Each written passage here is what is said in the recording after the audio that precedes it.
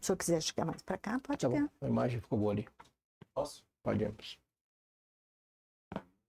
Começamos em 3, 2, Volta aqui. Em nome do Senhor. Boa noite, essa é uma atividade da Associação MET Goiás. Agradecer aqui o seu presidente, professor Washington Luiz. Estamos aqui no estúdio da AMG, Ação MET Goiás, que em conjunto com a Faculdade de Medicina, com a Academia Brasileira de Ginecologia e Obstetrícia, com a SEREM Goiás, realiza esses eventos de educação médica continuada. E esse material feito ao vivo e também a seguir ele fica armazenado para consultas posteriores. Hoje aqui de maneira especial recebendo a doutora Maria do Socorro, que ela é juíza de direito, juíza da infância e juventude ou da infância e adolescência. Daqui a pouco ela vai falar um pouco desses conceitos todos. E é um prazer enorme tê-la aqui conosco, porque vai falar de um tema de grande relevância, que é exatamente o Estatuto da Criança e Adolescente, que veio com um processo legal, que trouxe norte para essas posturas de direitos e deveres dessa fase da vida, de grande relevância. Tá? Doutora Maria do Socorro, um prazer enorme ter aqui na nossa instituição. A fala é sua, fique à vontade.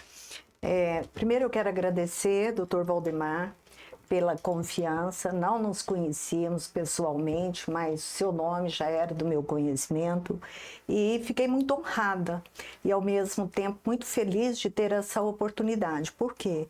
Porque quando se fala em criança e adolescente, nós trabalhamos em rede e faz parte da rede e é de sobremaneira importante a rede de saúde.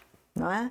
E então é uma oportunidade que eu tenho de compartilhar um pouco do conhecimento que eu tenho dessa área. Muito obrigada pelo convite. Bem, nós vamos aqui falar sobre o Estatuto da Criança e do Adolescente. Porém, antes de entrarmos propriamente nas regras, nas normas do conhecido ECA, né? Na verdade, a Lei 8.069 de 1990, eu gostaria de trazer aqui as regras mínimas das Nações Unidas para a administração da justiça da infância e juventude. São as regras de Beijing.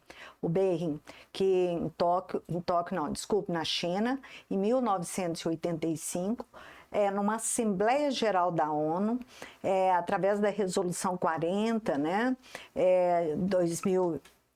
40, de 29 de novembro de 1985, trouxe para os países membros 10 regras, 10 princípios, e esses princípios foram que informaram a construção do Estatuto da Criança e Adolescente. Não vou trazer nem falar sobre todos eles, mas vou voltar mais precisamente para a área de saúde, né? E trouxe então alguns dos princípios. E o primeiro desse princípio internacional que todos os países membros adotam em suas legislações é que a criança gozará de todos os direitos enunciados nessa declaração.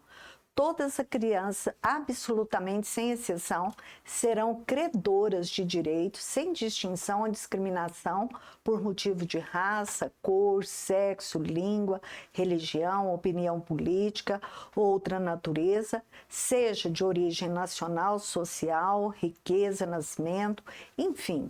O que apregou este princípio é o princípio que está incerto na nossa Constituição, que é da igualdade. Também, no princípio 4, fala que a criança gozará dos benefícios da Previdência Social, terá direito a crescer e criar-se com saúde.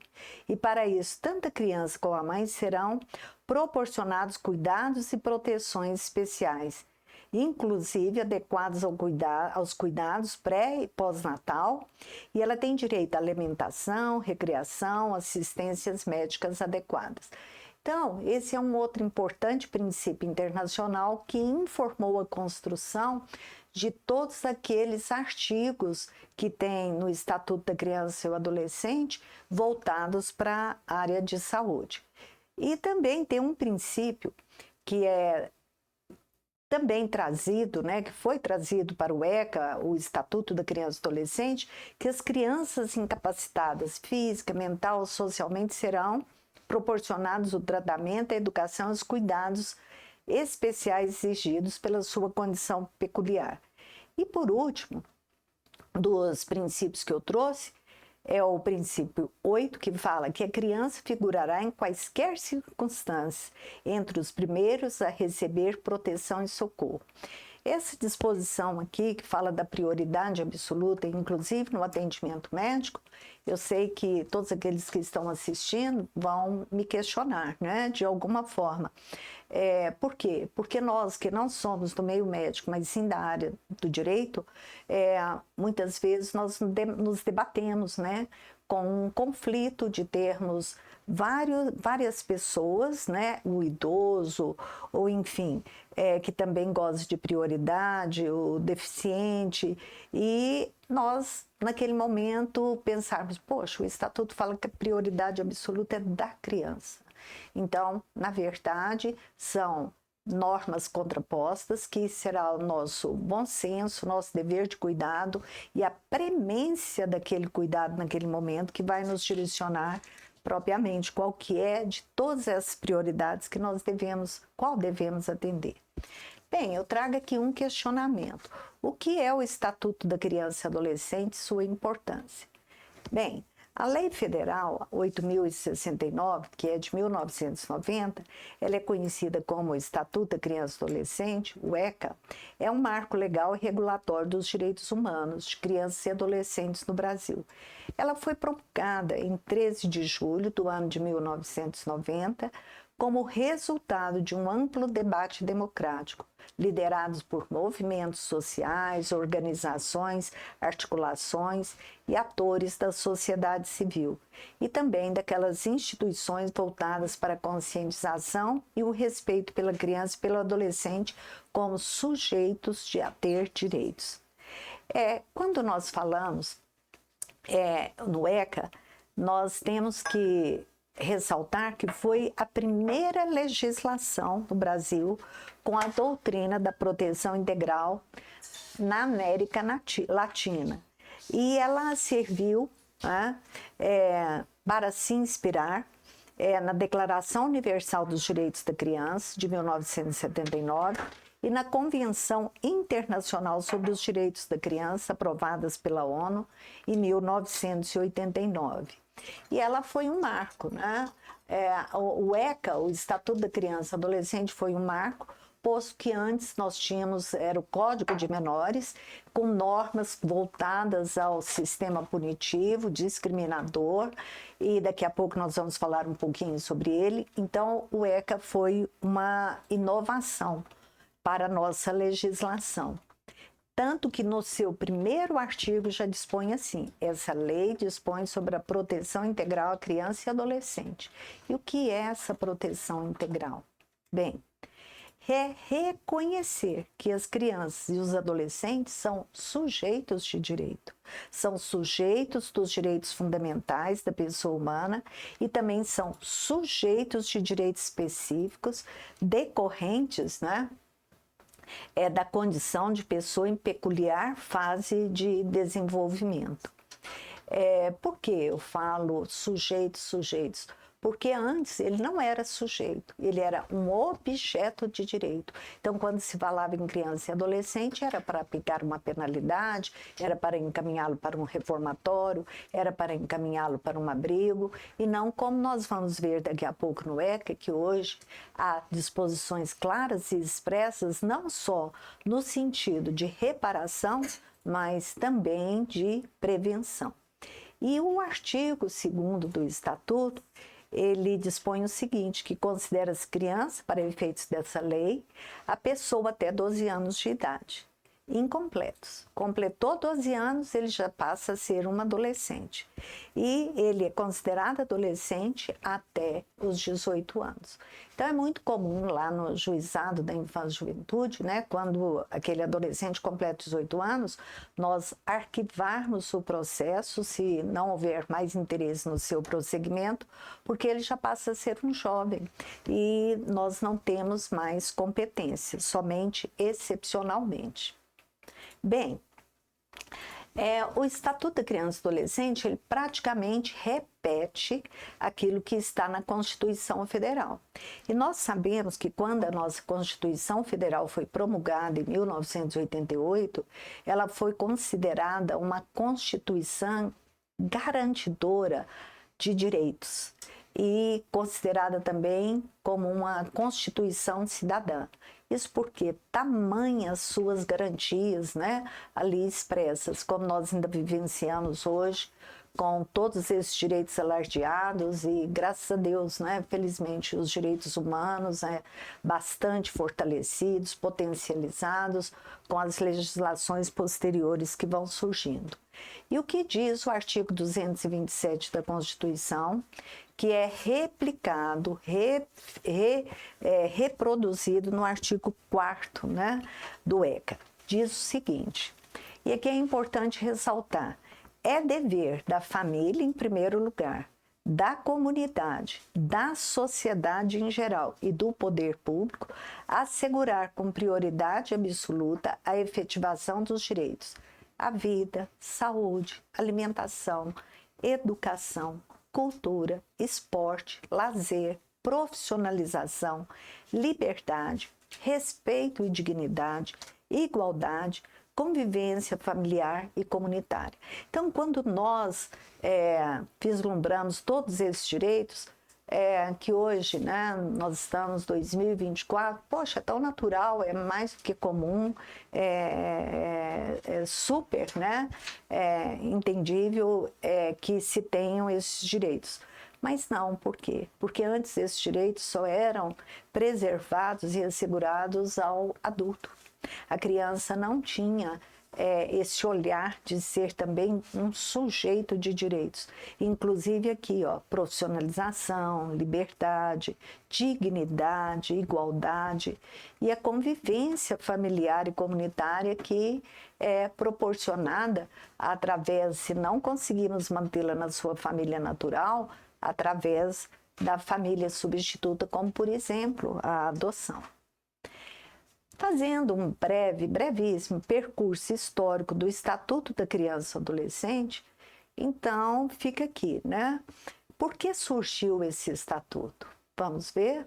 O primeiro documento legal promulgado em 1927 para a população menor de 18 anos foi o Código de Menores. E ele ficou popularmente conhecido como Código Melo Matos.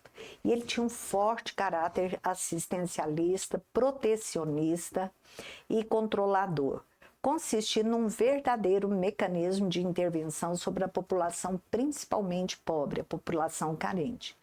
Esse Código de Menores ele foi revisado 50 anos depois, 1979, mas, no entanto, ele não rompeu com a sua linha principal de arbitrariedade, assistencialismo e representação da população infanto-juvenil.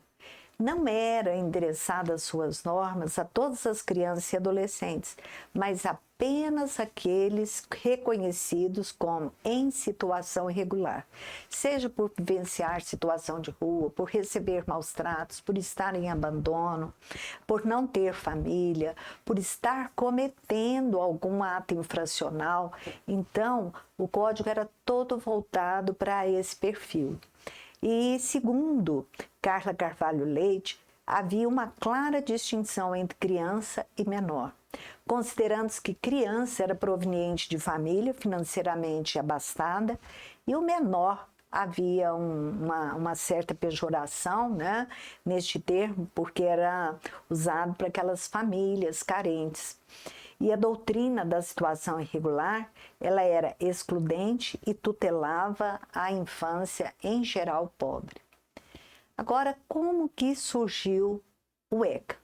saindo desse código de menores que nós falamos, que não tinha nada de preventivo, de protecionismo, mas tratava a criança e o adolescente com desigualdade, sem respeito aos seus direitos fundamentais mínimos.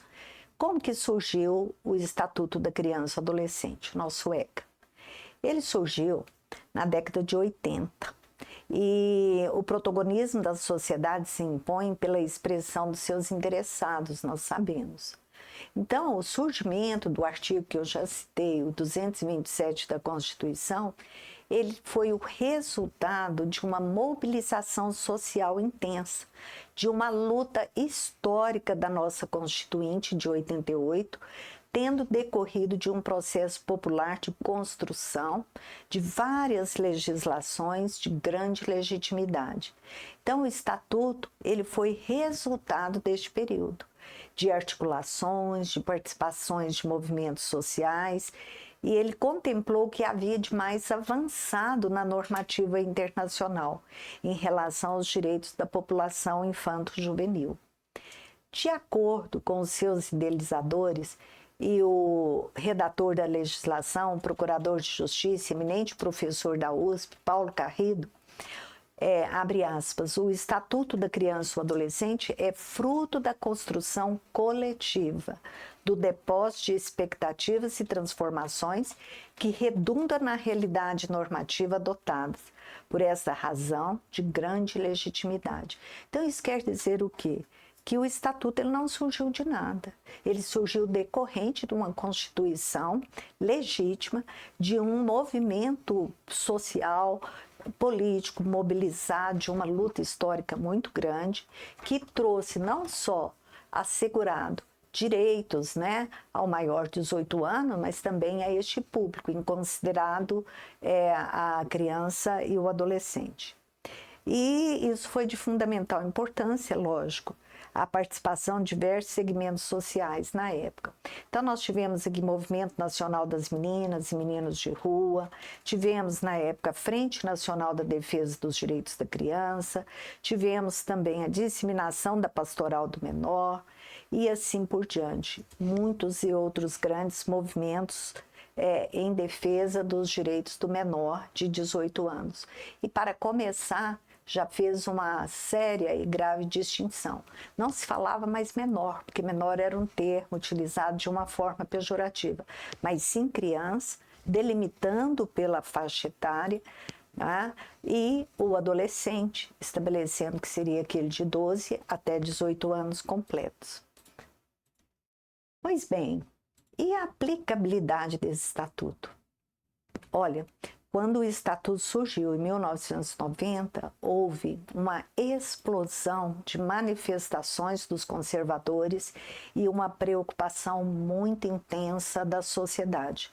Então, quem viveu essa época, seus pais, daqueles que estão nos assistindo, podem dialogar e verificar que, inicialmente, o Estatuto foi muito criticado, principalmente pelas suas garantias, pelos direitos que são ali segurados de liberdade, dignidade, enfim, outros direitos que até então não eram reconhecidos para o menor de 18 anos. Então, a sociedade, até hoje, ainda muitos que desconhecem o Estatuto, e eu fico muito feliz de estar aqui hoje falando um pouco sobre essa legislação, ainda se mostra, uma parte da sociedade ainda se mostra incrédula e reservada em relação ao ECA, vendo este instrumento legal muitas vezes como uma forma, um instrumento de permissibilidade e impunidade. Por quê? Porque proíbe os maus-tratos, proíbe o castigo moderado, os espancamentos e muitos outros atos que possam causar violência não só física, como no caso do menino Bernardo, quem não se lembra, mas também a violência moral, psíquica. E então, há ainda, né, depois de 35 anos, ainda há alguma reserva em relação ao Estatuto. E nós temos alguns desafios. E o primeiro desses desafios é tornar o ECA conhecido por todos. E repito, né, estou ficando até um pouco repetitiva, como é bom estar aqui e poder falar um pouquinho sobre as suas normas, suas regras, e apesar de saber que a maioria, né, se não todos, já o conhecem bem. E para também desmistificar as anotações que foram feitas e as pseudos críticas que foram relacionadas, as críticas foram relacionadas à pseudo-impunidade do menor de 18 anos frente a essa nova legislação. O segundo desafio nosso é concretizar essas disposições. E eu acho que esse é o mais difícil. Por quê? Porque para que nós possamos efetivar, cumprir aquilo que está nos 267 artigos do ECA, nós precisamos atuar juntos, de mão dadas, em rede. E a rede de saúde é uma das redes mais importantes, porque é da onde nós vamos, né? É para onde nós vamos encaminhar aquela criança, aquele adolescente para não só o atendimento médico, mas para o atendimento psicológico, para o acompanhamento da saúde mental de sua família, para a saúde física, para as internações quando necessárias, enfim. Nós sempre estamos necessitando desse segmento da rede tão importante que é a saúde e educação. Veja-se, por exemplo, que muitas vezes quando nós temos uma criança que ela foi abandonada ou maltratada ou está sendo acometida de abandono, uma das primeiras atuações nossa é fazer os encaminhamentos para os atendimentos médicos e psicológicos necessários, o mapeamento daquela família, da saúde física e mental daquela família, os segmentos depois deste mapeamento com os encaminhamentos devidos. E hoje eu vivencio muito no juizado um problema grave, porque nós temos muitas crianças que são para nós encaminhadas e são acolhidas por abandono, maus tratos, enfim, que têm graves problemas da saúde mental, e nós não temos aqui em Goiás um local em específico que nós podemos encaminhá-las para que haja um tratamento contínuo, salvo aqueles para os atendimentos de primeiros socorros, né? Mas aqui a aplicabilidade do ECA, ela depende da rede, depende da atuação de cada segmento da nossa sociedade, educação, saúde, assistência social, urbanismo, o sistema de justiça, defensoria, Ministério Público, e enfim, cultura, lazer, as entidades de natureza civil para nos proporcionar a oportunidade de encaminhamento para profissionalização e enfim. Bem, nessa aplicabilidade de grande importância surgiu com o Estatuto os conselhos tutelares, que é um conselho formado por pessoas da sociedade que são eleitas e que vão atuar para garantir os direitos da criança e adolescente no atendimento, pelo fato de ser a primeira porta a ser buscada.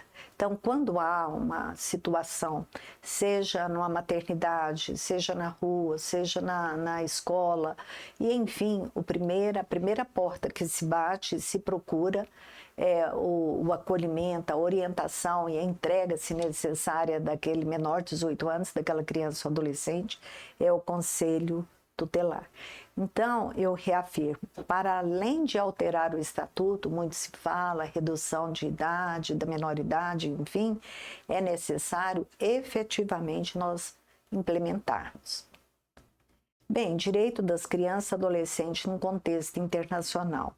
E por que o Estatuto da Criança e do Adolescente é um avanço civilizatório? Quais são as principais mudanças dos últimos 30 anos do ECA? Então, rapidamente, nós vamos ver que os direitos da criança e do adolescente decorrem de direitos humanos assegurado pelos tratados e os órgãos e as convenções internacionais, quase sempre lideradas pela ONU.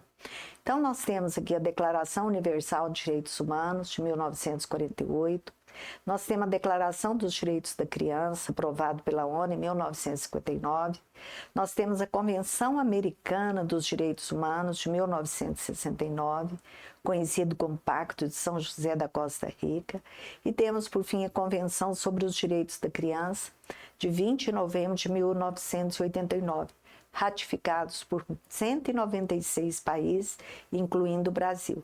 Todas essas normas internacionais, tratados e convenções foram de especial importância para a construção do nosso Estatuto da Criança e Adolescente. E, diferentemente do que se comemora no Brasil, dia 12 de outubro, Dia da Criança, dia 20 de novembro é o Dia Internacional da Criança. Então, em todos os países, na maioria dos países, né, que ratificaram a Convenção dos Direitos da Criança, sim, não 12, mas 20 de novembro é o Dia Internacional da Criança. Agora, por que o Estatuto da Criança e Adolescente é um avanço civilizatório? Nós já falamos inicialmente, porque retirou a criança de ser um objeto só de punições, de regramentos, de encaminhamentos, quando estivesse em uma situação de aflição, e passou agora a ser um sujeito de direitos. Então, nós temos muitas e muitas regras no Estatuto de Prevenção, inclusive na área de saúde, como nós vamos ver daqui a pouco. Então, o Estatuto, nesses 35 anos, né, de implementação, nós vamos ver que tem dado vida e reforçado diversos mecanismos de proteção e acesso, não só à justiça, né, com leis posteriores, mas também às demais instituições que fazem, tanto públicas como da sociedade civil, de natureza privada, como ONGs e tudo mais, que foram elevadas na categoria de também ser, de alguma forma, principalmente da sociedade civil, responsáveis pelas garantias da criança e do adolescente. Prova disso é que nós temos inúmeras associações, ONGs, que trabalham com a profissionalização, a oportunidade de trabalho, as parcerias com os municípios, os estados, no sentido de dar todas aquelas garantias daqueles direitos básicos, né? Liberdade, dignidade, lazer, cultura, educação, etc. Agora, o direito da convivência familiar e comunitária, ele foi assegurado de uma forma especial pelo Estatuto. Tanto é que nós temos aqui assegurado o direito da criança e adolescente ficar no seio da sua família tanto quanto possível. Somente quando não há mais esta oportunidade, que já se esgotaram todos os esforços, é que nós vamos encaminhá-la para a família extensa, avô, avó, tios, primos, e falhando, não tendo também essa possibilidade, que nós vamos encaminhá-la para a adoção. E nós temos no Brasil hoje cerca de um cadastro nacional de adoção com cerca de 34 mil, em torno de 34 mil candidatos, né, pretendentes à adoção. Em contrapartida, nós temos um cadastro com cerca de 5 mil e pouco disponíveis entre criança e adolescente, dos quais 70% se tratam de adolescentes, que na verdade não é o alvo da maioria daqueles que pretendem a adoção. Então, o Estatuto, ele trouxe grandes inovações, porque ele humanizou as instituições, ele recomenda que as crianças podem ficar acolhidas e adolescentes somente os 8 meses, salvo justificação, criou curso preparatório para adoção, controla, né, os acolhimentos institucionais, institui uma série de regramentos minuciando na área da saúde, na área da educação e assim por diante.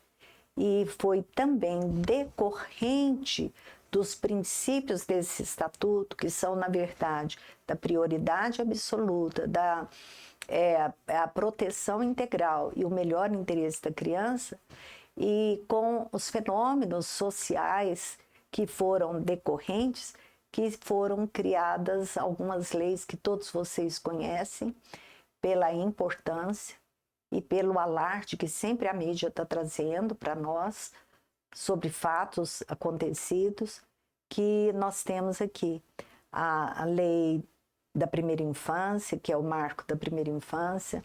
Então, aqueles que trabalham com a criança, na área de pediatria, sabem o tanto que é importante o tratamento dispensado e a atenção daquela criança de 0 a 6 anos.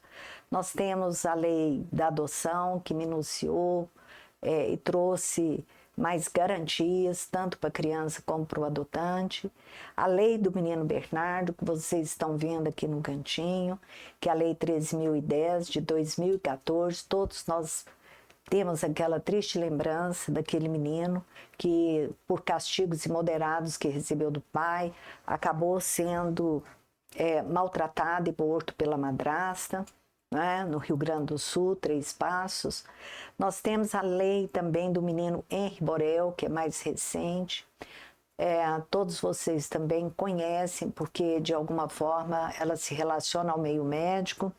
Foi através das denúncias recebidas de maltratos daquela criança, do Henri Borel, que se verificou que ele havia sido vítima de espancamentos e veio à morte, e foi criada esta lei justamente para proteger, para que outros casos não aconteçam.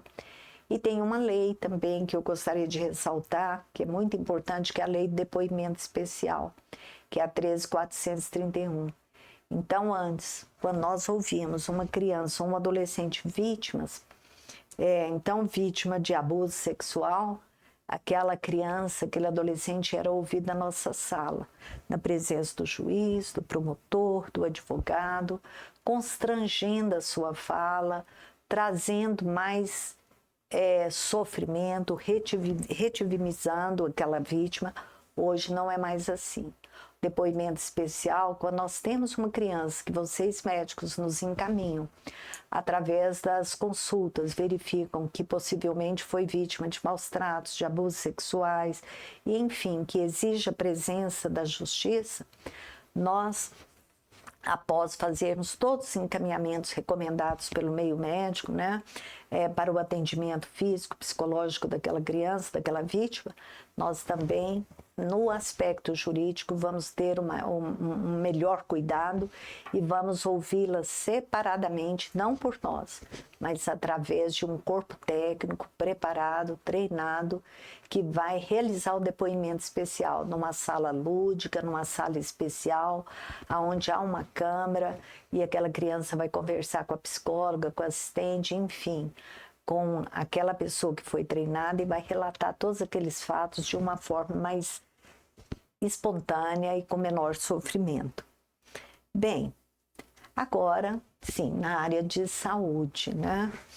Eu fiquei muito preocupada em trazer para a área de saúde quais são as, não inovações, né? Porque o texto original do ECA, ele sempre teve do artigo 7 até o 14, disposições sobre a saúde relacionada à criança, ao adolescente e o meio médico, odontológico, né, da área da psicologia, enfim. Mas ao longo desses 35 anos, alterações vieram sendo feitas no ECA. E temos uma lei agora que é mais recente, daqui a pouco eu vou passar para vocês, que ela é do ano passado, de 2023. Então, na verdade, o Estatuto, ele dedicou 7 artigos, tá? Só para tratar das questões relacionadas à saúde da criança e o adolescente. Então, no capítulo 1 do Direito à Vida e à Saúde, ele estabelece de forma minuciosa os mecanismos e as obrigações do poder público municipal, estadual, federal e também da rede privada, não só de proteção, como também de prevenção e asseguramento dos direitos fundamentais da mulher gestante, da criança e do adolescente. Olha aqui, então não é só a criança, só o adolescente. Também se protege o nascituro, desde a gravidez da mulher, desde o seu estado prévio de gestação. Então aqui nós vamos ver que a criança e o adolescente têm direito à proteção à vida, à saúde, mediante a efetivação de políticas sociais públicas que permitam o nascimento e o desenvolvimento sadio e harmonioso em condições dignas de existência. Então, para o meio médico, isso é óbvio. Mas o que trouxe o Estatuto? Ele colocou de forma expressa para que sejam redobradas atenções, principalmente na efetivação das políticas sociais públicas, com verbas, com lotações de recursos humanos, com lotações de espaços adequados e, enfim. Quem trabalha na rede pública, eu pelo menos quando eu ouço algum comentário, e às vezes até por notícias na mídia, nós sabemos as dificuldades que realmente existem, que muitas vezes faltam até o essencial para aquele atendimento. Então aqui também colocou, é assegurado a todas as mulheres o acesso aos programas e às políticas de saúde da mulher e de planejamento reprodutivo e às gestantes. Então, com a nutrição adequada, atenção humanizada da gravidez, ao parto, ao puerpério e atendimento pré-natal, perinatal, pós-natal, integral no âmbito do SUS, do Sistema Único de Saúde. Então, a maioria que eu acredito que está nos ouvindo, eu acredito que muitos não trabalham na rede pública, né, do SUS. E aqueles que trabalham vão confirmar as dificuldades que muitas vezes encontram para que sejam atendidas todas esses direitos daquela mulher. E aqui impõe de forma obrigatória que deve ser criado serviço de planejamento reprodutivo às gestantes e às gestantes, nutrição adequada, acompanhamento da gravidez até o parto, e o sistema de saúde, o SUS, sim, esteja sendo um instrumento mediador desses direitos para aqueles que não utilizam da rede privada. Essas ações ficarão a cargo do poder público em conjunto com as organizações da sociedade civil, que serão dirigidas prioristicamente ao público adolescente. E aqui nós vamos ver tanto que é importante a criança e o adolescente serem atendidos atempadamente e adequadamente. E nós vamos entender que, se não houver uma disposição legal, muitas vezes, nos planejamentos políticos, essas garantias, esses serviços poderão ser um pouco afastados e não serem adequadamente levados até essas pessoas. E aqui fala também que os profissionais de saúde de referência da gestante garantirão sua vinculação no último trimestre da gestação, ao estabelecimento em que será realizado o parto, garantido o direito de opção da mulher. Eu lá no juizado, nós temos ouvido, né, agora nem tanto, mas nós já ouvimos muito que aquela gestante que faz seu pré-natal na rede pública, cada vez que ela vai, cada mês que ela lhe comparece, ela é atendida por um médico ginecologista, obstetra diferente. E aqui está impondo que esse obstetra ele deve ter um vínculo nos últimos 3 meses com aquela gestante, não é? Para que ela se sinta mais segura, para que seja garantida a opção daquilo que lhe for observado, e enfim. Aqui também dispõe que os serviços de saúde onde o parto for realizado assegurarão às mulheres e aos seus filhos recém-nascidos alta hospitalar responsável e contra referência na atenção primária. Então, bem como o acesso a outros serviços e grupos de apoio à amamentação. Então, não é só dar à luz, né? Aqui também está dizendo que as maternidades públicas devem se organizarem para também terem no seu planejamento de serviços a oferta dessa contrarreferência de acompanhamento e grupos de apoio para essa porpéria, essa mãe que acabou de dar à luz. E incumbe também ao poder público proporcionar assistência psicológica à gestante e à mãe, no período pré e pós-natal, inclusive como forma de prevenir e minorar as consequências do estado puerperal. Olha, eu tenho visto lá no juizado mães que chegam, e daqui a pouco nós vamos falar de um programa que chama Entrega Legal para Adoção, ou mães que maltratam os filhos, né? Muitas vezes abandonam na maternidade, ou mesmo já está com 2, 3 anos, ainda naquele marco da primeira infância, e por um extremo estresse, por surtos psicóticos, psicológicos, acaba maltratando e sendo levada essas crianças para o juizado para acolhimento.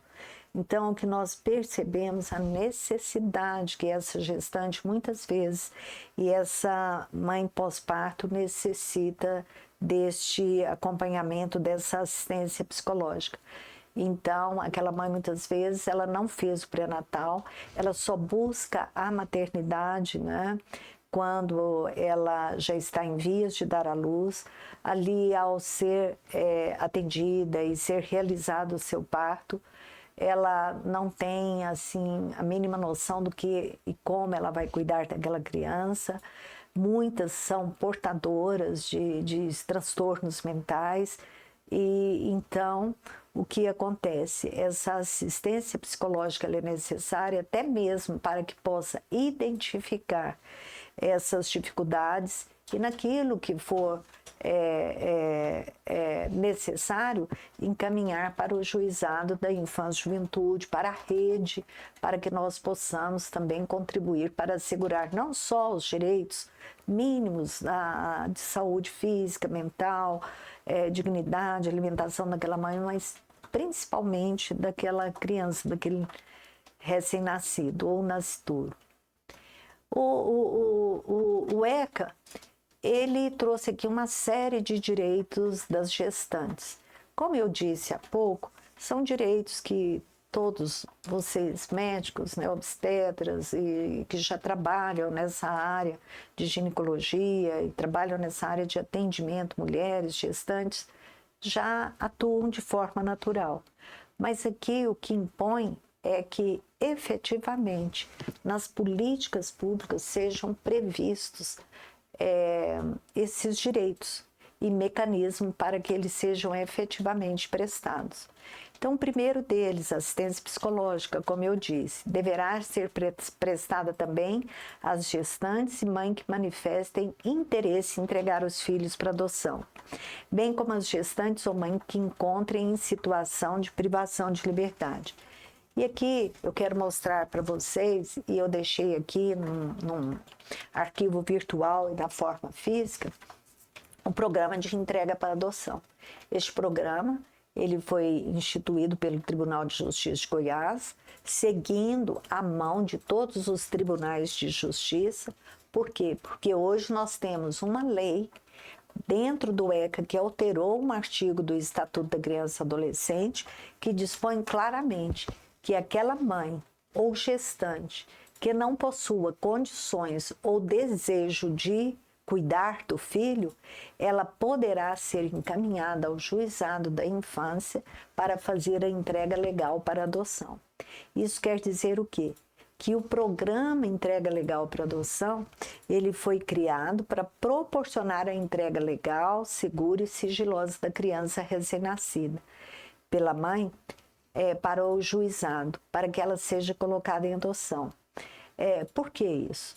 Esse programa foi criado durante a pandemia, no ano 2021, 22. Nós preocupados, todos nós preocupados com o número de mulheres que estavam abandonando os filhos na maternidade, colocando as crianças recém-nascidas em locais ermos, em situações de extremo perigo. Nós tivemos exemplos em sacos de lixos, em terreno baldio, uma criança que foi morta porque foi colocada debaixo de um telhado numa noite de chuva e a calha, a água, afogou aquela criança recém-nascida. E não é só em Goiás, em todo o Brasil. Então, este programa foi para que essa mãe não se desespere e com a falta deste acolhimento e desta compreensão legal, no sentido de que ela pode fazer uma entrega segura e sigilosa, ela não venha colocar o seu filho recém-nascido em vulnerabilidade. Quem não se lembra daquele caso, daquela mãe que saiu da maternidade de Anápolis, levou o bebê recém-nascido para um terreno ermo, ali ela colocou em uma caixa, ateou fogo naquela caixa, saiu, pegou o seu carro e ali ela não sabia que estava sendo filmado e logicamente o bebê recém-nascido veio a óbito. Veja bem, nós temos divulgado muito esse programa no sentido de que essa mulher ainda gestante, ela pode sim procurar o juizado e já fazer a sua manifestação de vontade, ser atendido por uma equipe técnica de psicólogo, assistente social, enfim, ser encaminhada para a rede pública, para esse atendimento, para que quando ela vier a dar à luz, ela já tenha certeza e segurança se é realmente aquilo que ela quer. E só neste ano, nós já recebemos, agora estamos no final de julho, 17 bebês recém-nascidos. Fomos procurados por mais de 30 mulheres. Dessas 30 mulheres, um grande número refluiu, manifestou a sua vontade quando nasceu, que não queria mais fazer a entrega. Nós acompanhamos ainda por alguns meses, né, durante 4 meses, e caminhamos para a rede naquilo que for mapeado como necessidade dessa mãe, dessa puérpera, e assim, aquela que realmente confirma que quer fazer a entrega do seu filho para adoção, nós acolhemos aquela criança, realizamos uma audiência, ouvimos aquela mulher, e ela lavra o seu consentimento e nós vamos colocar aquele bebê em adoção. Buscando naquela fila de pretendentes de Goiânia, né, o casal, ou o homem, ou a mulher, ou enfim, aquele que está figurando em primeiro lugar, né, na ordem ali, para receber aquela criança. É um programa muito efetivo, é um programa que eu tenho assim um cuidado todo especial, um carinho, por quê? Porque nós retiramos de uma situação de risco, de perigo, de vulnerabilidade aquele ser que acabou de nascer e trazemos também um alívio para aquela mãe, porque ela sequer tem a obrigação de nos dar o endereço da sua família ou indicar quem é o pai. Se ela requer o sigilo, nós somos obrigados a atendê-la e na lei assim está disposto. Bem, a gestante e a parturiente tem direito a um acompanhante de sua preferência durante todo o período pré-natal, do trabalho do parto e pós-parto imediato. E deverá receber a orientação sobre o aleitamento materno, a alimentação complementar saudável, crescimento e desenvolvimento infantil, bem como formas de favorecer a criação de vínculos afetivos e estimular o desenvolvimento integral daquela criança, tendo aqueles direitos que nós falamos no início. Vida, saúde, alimentação, dignidade, convivência familiar, tudo mais. Então, isso aqui, aparentemente desnecessário, faz com que os nossos gestores, né, os administradores públicos e também da rede privada, se assim atua nesta direção, de atendimento às gestantes, à mãe, que provejam, né, de todo esse cuidado para prestar essas orientações e estimular o estreitamento do vínculo de afeto entre a mãe e a criança. Temos aqui direitos à gestante. Mais ainda, a gestante tem direito a acompanhamento saudável durante a gestação. Ela tem direito a um parto natural cuidadoso, estabelecendo-se a aplicação da cesariana e outras intervenções, aplicação da cesariana e outras intervenções cirúrgicas por motivos médicos.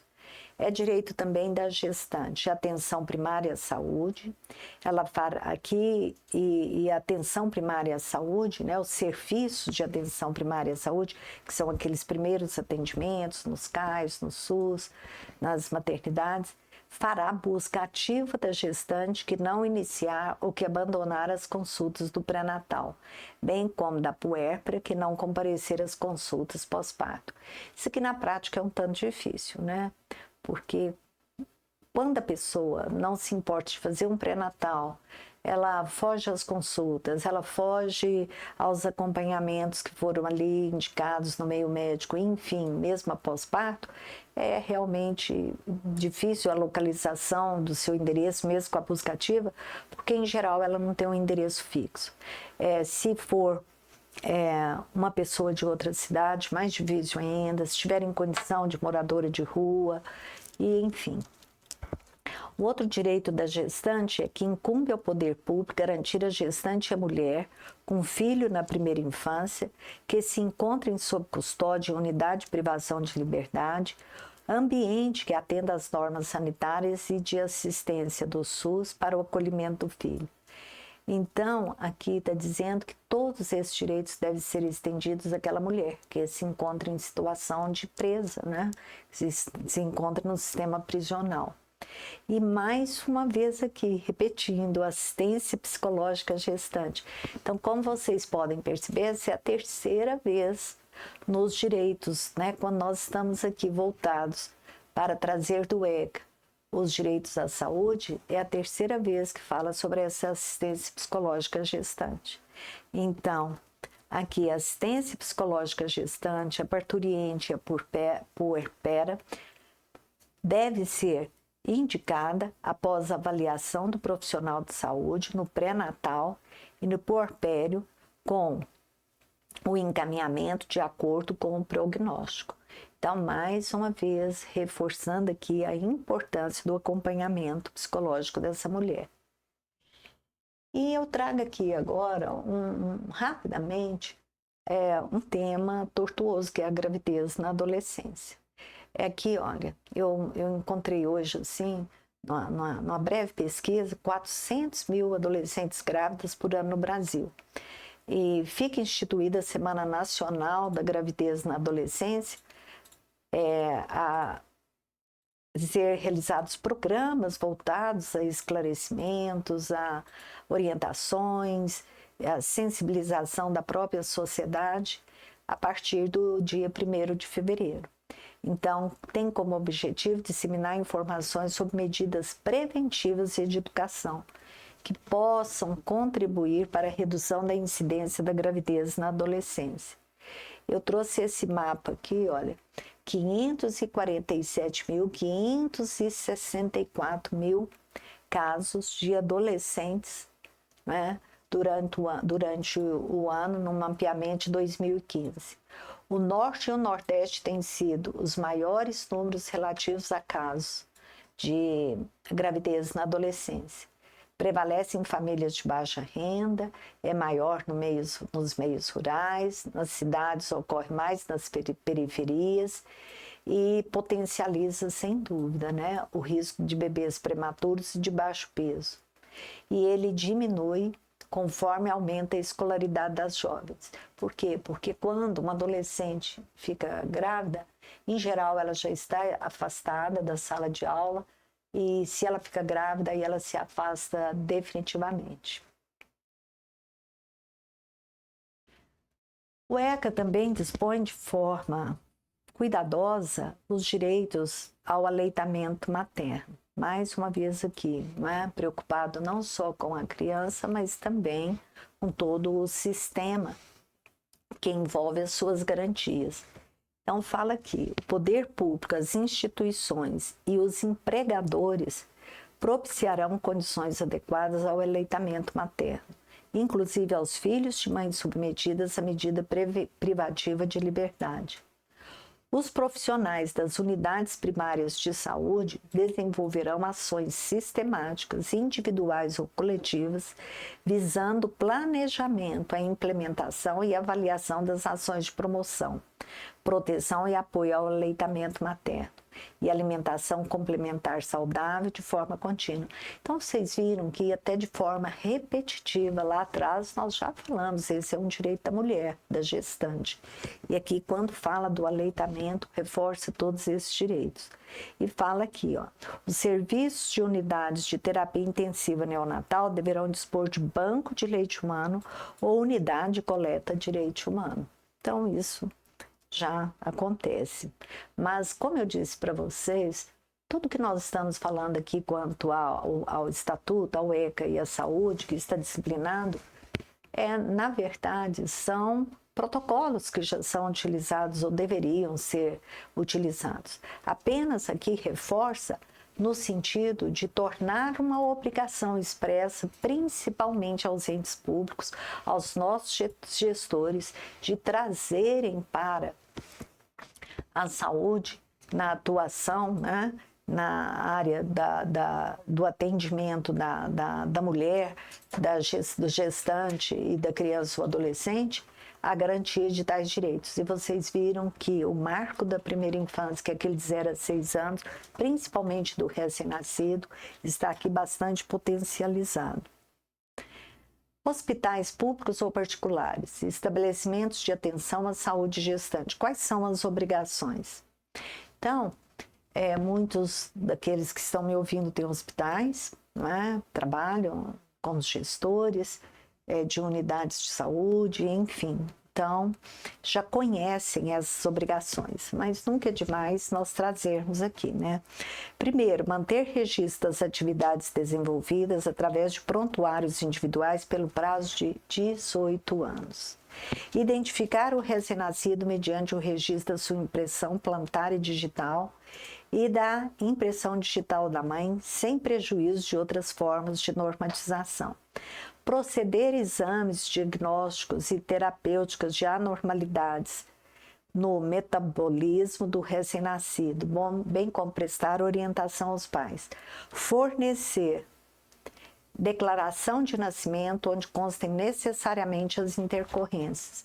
Então, lá no juizado, quando nós recebemos os bebês diretos da maternidade, nós sempre gostamos que traga para nós os prontuários, né, com as intercorrências, os registros. Por quê? Porque quem vai adotar aquela criança, aquele recém-nascido, aquele bebê, ele quer conhecer a história, no mínimo, né, do seu parto, do seu nascimento.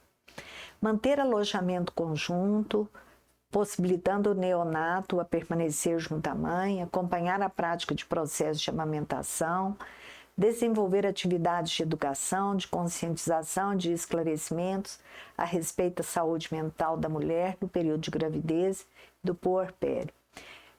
Mais uma vez, a preocupação com a saúde mental da gestante. Isso por quê? Porque nós temos recebido muitos informes e muitas vezes algumas vezes a mídia, né, ela noticia mães que colocam seus filhos recém-nascidos ou ainda na condição de nascituro em extrema condição de vulnerabilidade e risco, né?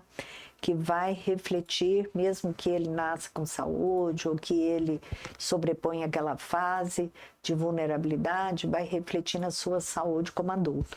Então, a preocupação sempre é importante para que essa mãe tenha essa conscientização e receba todos esses acompanhamentos. Esse último aqui é trazido por uma lei recente, é uma lei número 14.721 do ano passado, que fala que os hospitais públicos ou particulares devem desenvolver programas para esclarecer, orientar essa mulher, né? Principalmente a respeito da depressão pós-parto, das possibilidades que ela tem de recaídas, enfim, evitar que haja deságue em situações de colocação de risco e perigo para a vida daquela criança. Tem inúmeras outras obrigações que eu aqui vou declinar de não ler, porque são muitas. Outras obrigações são voltadas para o Sistema Único de Saúde, o SUS. O artigo 10 e 11 do ECA, ele dedica, através desses dois artigos, de forma cuidadosa, minuciosa, elenca uma série de obrigações.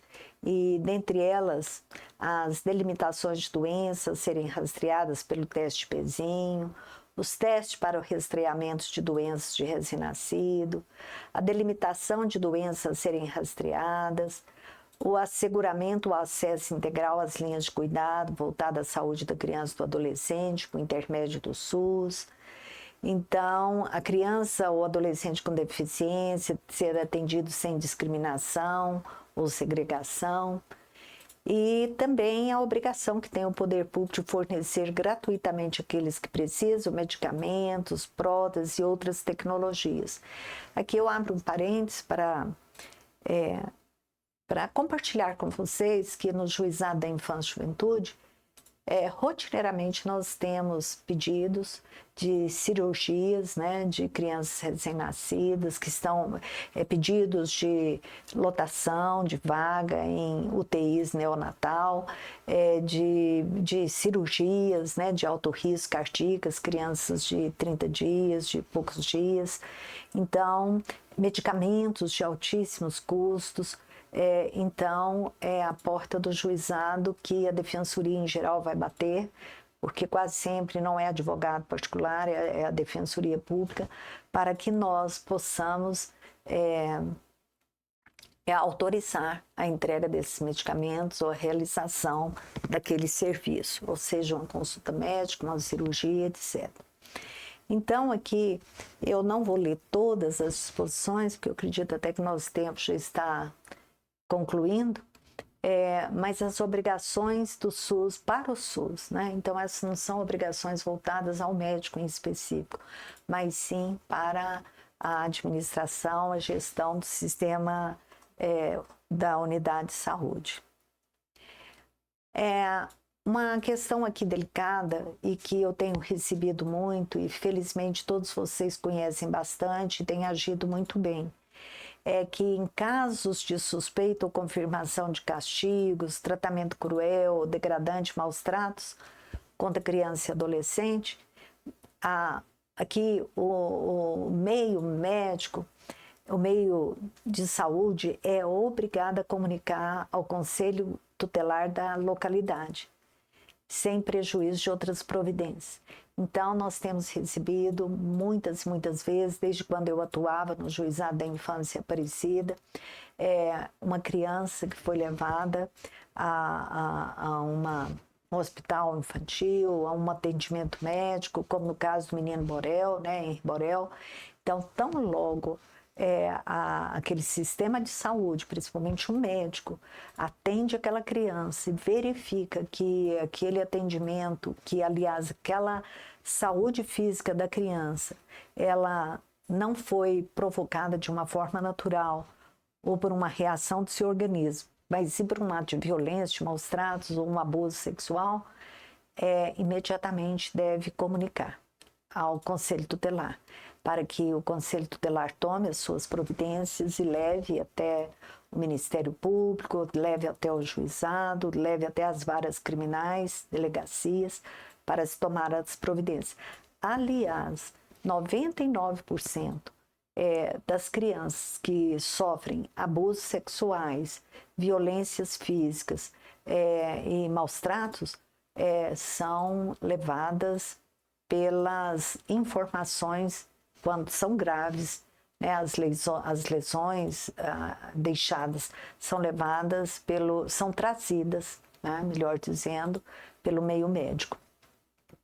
As gestantes ou mãe que manifestam interesse de entregar os filhos, mais uma vez aqui reforça e pede que as mães que desejam entregar o filho devem ser encaminhadas. Então, senhora médica, senhor médico, enfermeiros, enfim, o sistema de saúde.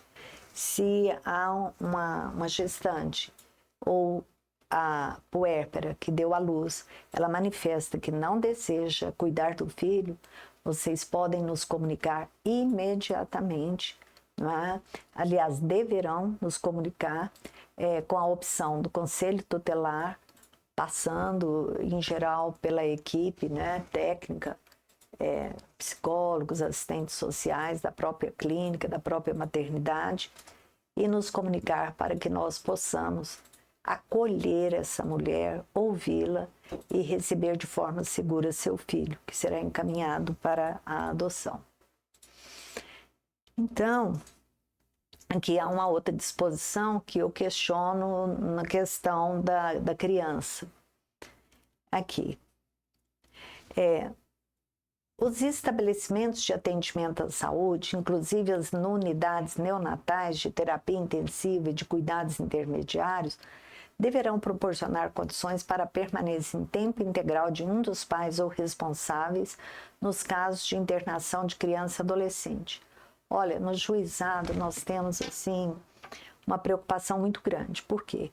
Porque quando nós encaminhamos, e nós temos agora a moda é da automutilação, nós temos uma turma de adolescentes acolhidas lá no juizado, numa entidade de acolhimento, evidente, que estão passando por crise de depressão, se automutilando, autoextermínio e uma série de outras comorbidades. E quando há necessidade de internação, a clínica, em geral, que são conveniadas, não são públicas, tem nos exigido o acompanhante para ficar 24 horas com aquele menor de 18 anos. E os pais? Eles não podem deixar os seus trabalhos, suas atividades de rotina, o seu ganha-pão, para ficar ali ao lado do filho ou da filha durante aquele período. E com isso tem se instaurado uma dificuldade de fala entre nós e as unidades de saúde que recebem, né, que acolhem os adolescentes, principalmente com esse perfil. Então, há uma dificuldade. Por quê? Aqui fala a lei que deverão proporcionar condições para permanência em tempo integral de um dos pais ou responsáveis, no caso de internação. Deverão proporcionar condições para que aquele pai possa ficar, possa dormir, possa ter uma alimentação, aquele pai ou aquela mãe, mas não quer dizer que aquele pai, aquela mãe, obrigatoriamente tem que ficar ali. Ou indicar um terceiro que muitas vezes ele não tem e não possui condições para pagar, né? Para que aquela pessoa, aquela diária, para que aquela pessoa possa ficar ali diuturnamente ao lado do seu filho. Então, é um questionamento que nós temos feito muito junto com a Defensoria e o Ministério Público lá no juizado. Esse deverão proporcionar condições é uma coisa. Agora, obrigatoriamente, exigir que a internação seja condicionada à presença de um terceiro tempo integral é uma outra situação que tem nos causado uma certa dificuldade. Bem, caminhando para o final, né? Então, nós vamos ver que também o ECA prevê a saúde bucal através do SUS, e aqui eu fecho com os crimes e as infrações administrativas referentes às unidades e às pessoas que trabalham no meio médico, né, o meio de saúde, no sistema de saúde, melhor dizendo. Então, aqui tem o artigo 228 do Estatuto que fala assim: deixar o encarregado de serviço ou dirigente do estabelecimento de atenção à saúde gestante de manter registro das atividades desenvolvidas na forma e no prazo do artigo 10 desta lei, bem como de fornecer à parturiente ou ao seu responsável por ocasião da alta médica declaração de nascimento onde constem a intercorrência do parto e do desenvolvimento neonato. Então, vocês viram lá atrás que os hospitais, as maternidades, as unidades, né, devem ter esse registro por 18 anos. E quem assim não atende, nem passa para os pais as intercorrências havidas, ocorridas, ele pode estar sujeito a uma pena de 6 meses a 2 anos e o crime é culposo de 2 a 6 meses além da multa. Então, é considerado uma conduta criminosa. Também tem uma outra, o artigo 229. Deixar o médico, enfermeiro ou dirigente do estabelecimento de atenção à saúde gestante de identificar corretamente o neonato e a parturiente por ocasião do parto, bem como deixar de proceder os exames referidos no artigo 10, pena de 6 meses a 2 anos, se o crime é culposo, de 2 a 6 meses. Então, a importância da identificação correta, né? Para que não haja troca e como nós vimos alguns anos aqui atrás na nossa capital, 2 crianças que foram trocadas na unidade, né, de saúde onde foi feito o parto, e depois que elas já eram adolescentes é que se percebeu e verificou-se, e aí veio toda aquela problemática, né, para fazer as readaptações daquelas famílias. 237. Subtrair criança ou adolescente do poder de quem tem a sua guarda em virtude de ter a ordem judicial com o fim de colocação em lar substituto. Então, de vez em quando a gente tem notícia de raptos, né? De subtração de crianças das unidades neonatais, pena de 2 a 6 anos. Prometer ou efetivar entrega de filho ou pupila terceiro mediante pago ou promessa, pena de 1 a 4 anos. Eu gostaria de compartilhar com vocês que hoje não é mais permitido a mãe fazer a entrega diretamente, chama entrega dirigida, para adoção, para a pessoa da escolha dela. Se ela quer fazer a entrega do filho para adoção, ela só pode fazer através do juizado da infância. Aquela mãe que entrega a criança diretamente para uma pessoa, ela, principalmente se ela recebe alguma recompensa, uma ligadura, uma cirurgia, uma cesta básica, enfim, ela pode estar cometendo este crime com uma pena de 1 a 4 anos de multa. Então, a entrega hoje só pode ser feita através do juizado. E aqui, infração administrativa. Deixar o médico, professor ou responsável por estabelecimento de atenção à saúde, de ensino fundamental, pré-escola, creche, comunicar à autoridade competente os casos que tenha conhecimento envolvendo suspeita ou confirmação de maus-tratos contra criança e adolescente.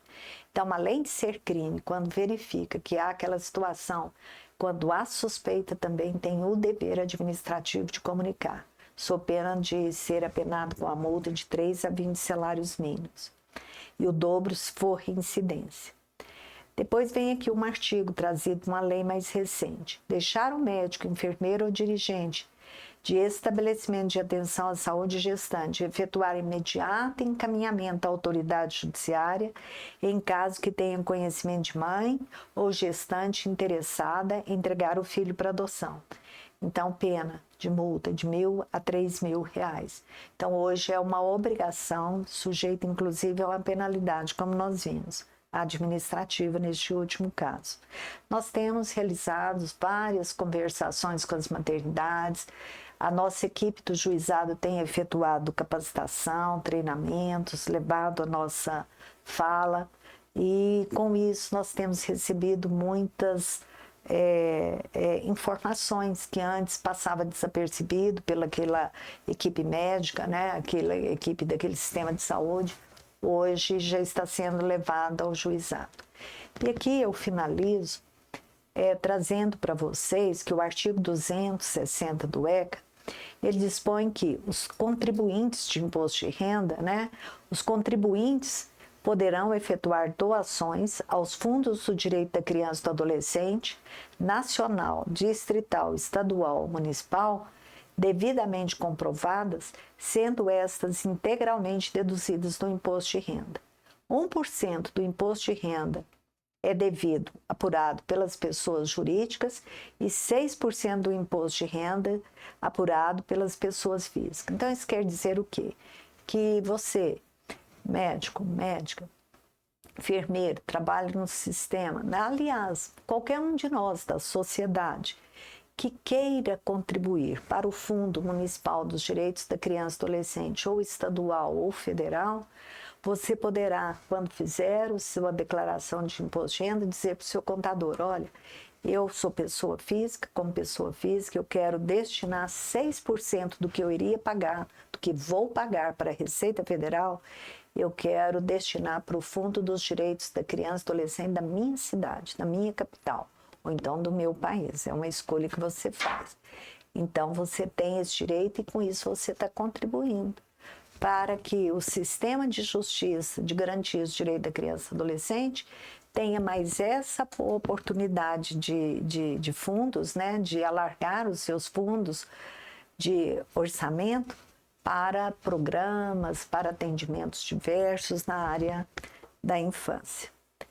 E termino agora de verdade, efetivamente, trazendo aqui que o Juizado da Infância de Goiânia, nós somos 2 juízes, eu sou a responsável pela vara civil, que trabalha com adoção, trabalha com maus tratos, trabalha com abuso, trabalha com guarda, né?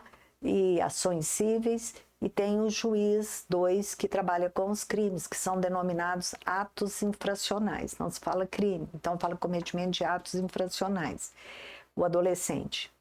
Então, na nossa área civil, nós temos 3 programas que eu tenho uma especial atenção e quero compartilhar com vocês.